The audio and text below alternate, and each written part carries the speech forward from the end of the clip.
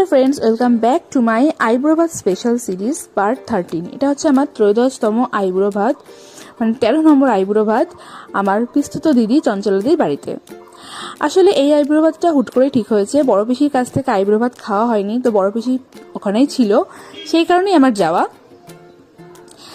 তো দেখো, প্রথমেই বড় পিসি আমাকে মিষ্টি আর পায়েস খাইয়ে দিচ্ছে। আর বড় পিসির কথা কী বা বলবো, ঠাকুমা মারা যাওয়ার পর থেকে যদি সেই ভালোবাসা কারোর কাছ থেকে পেয়ে থাকে, সেটা একমাত্র বড় পিসির কাছ থেকেই।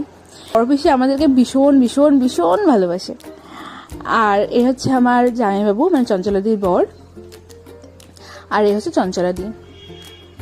আসলে কি বলতো, এই ভালোবাসাগুলোই না আমার কাছে অমূল্য সম্পদ।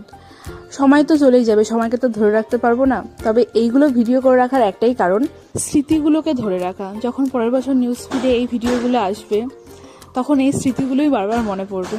আর এই দিনগুলো আমার কাছে ভীষণ স্পেশাল, কারণ আর যাই হোক জীবনে এই দিনগুলো তো আর ফিরে আসবে না। তাই সময়টা ধরে রাখতে না পারি, তবে এই মুহূর্তগুলোকে তো ক্যামেরাবন্দি করে রাখাই যায়, তাই না? আর এটা হলো স্বপ্নাদি। স্বপ্নাদি আমাকে একটু পায়েস মিষ্টি খাইয়ে দিল। আর সবাইকার এত ভালোবাসা, আশীর্বাদ, এটা পাথেয় করেই যেন বাকি জীবনটা সুন্দরভাবে চলতে পারে, এটুকুই চাই। আর এটা হচ্ছে নতুন বউ, মানে আমার চঞ্চলাদির ছেলের বউ। সম্পর্কে আমি ওর মাসি হই, তবে আমরা প্রায় একই বয়সী।